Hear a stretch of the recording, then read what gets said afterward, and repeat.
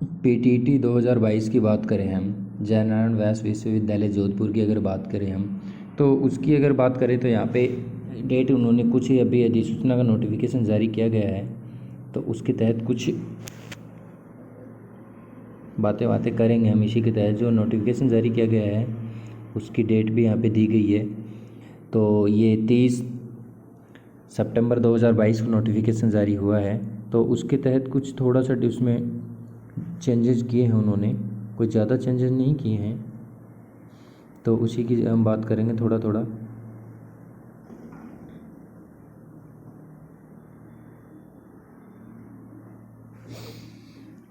और बीएड पाठ्यक्रम की जो काउंसलिंग प्रक्रिया है उसमें भी कुछ संशोधन हुए हैं, तो उसी की बात करें। नंबर 1 पॉइंट दिया गया है यहाँ पे, उसकी बात करेंगे हम। तो बीएड की काउंसलिंग की प्रक्रिया हेतु निम्न तिथियों के अनुसार जो बढ़ाया गया है उसकी हम नीचे विद्यार्थी जो भी हैं तो उसकी बात करेंगे।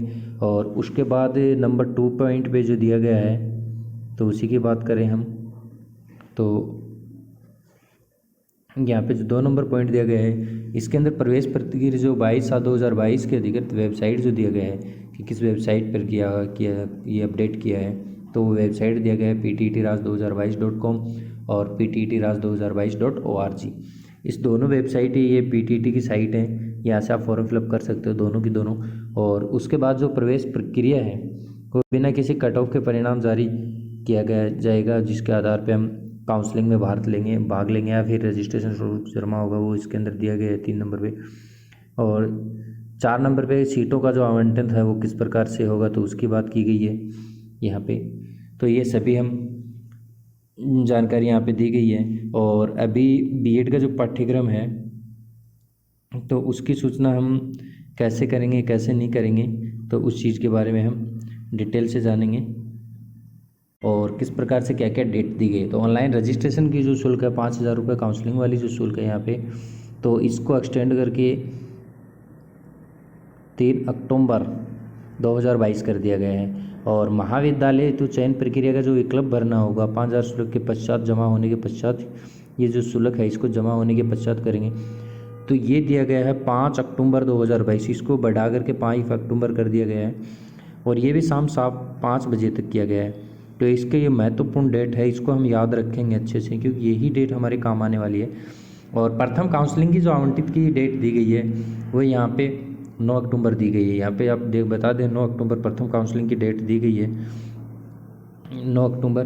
तो हम इसी के बारे में बात करेंगे। 9 अक्टूबर यहाँ पे प्रथम काउंसलिंग की डेट दी गई है। और प्रवेश हेतु जो 22,000 किस किस को आवंटित हो जाती है, यहाँ पे काउंसलिंग हो गई आवंटित होगी तो उसके लिए 22,000 शुल्क का जमा कराना होगा।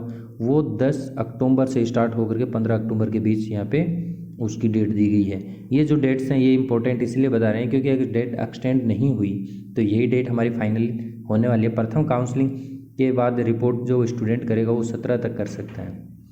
22,000 रुपये फीस जमा करा दिया उन्होंने, उसके बाद जो रिपोर्ट कॉलेज या महाविद्यालय के अंदर रिपोर्ट करेगा तो 17 अक्टूबर तक उसकी रिपोर्ट हो जानी चाहिए। उसके बाद में अपवर्ड का ऑप्शन आता है कि अगर किसी को महाविद्यालय चेंज करवाना है या फिर जैसे 3 नंबर की कॉलेज मिली है किसी को और वो 1 नंबर की कॉलेज लेना चाहता है तो उसके लिए 11 अक्टूबर से 18 अक्टूबर तक की डेट दिया गया है। तो इसके बीच में ये चीज़ होनी है।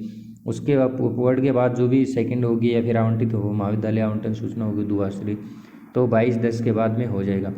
उसके बाद अपवर्ड होगा रिपोर्टिंग होगी तो वो 27 अक्टूबर से होकर के और 31 अक्टूबर तक इसकी सभी की सभी इसके अंदर हो जाएंगी, क्योंकि अप्रोक्स सभी के सभी इसी अक्टूबर के मंथ के अंदर यहाँ पे डेट वेट दिया गया है जो भी होगी। उसके बाद रजिस्ट्रेशन केवल ई मित्र शुल्क से जो भी पेमेंट होगा नेट बैंकिंग या CIC बैंक के थ्रू होगा तो वो यहाँ पे दिया गया है।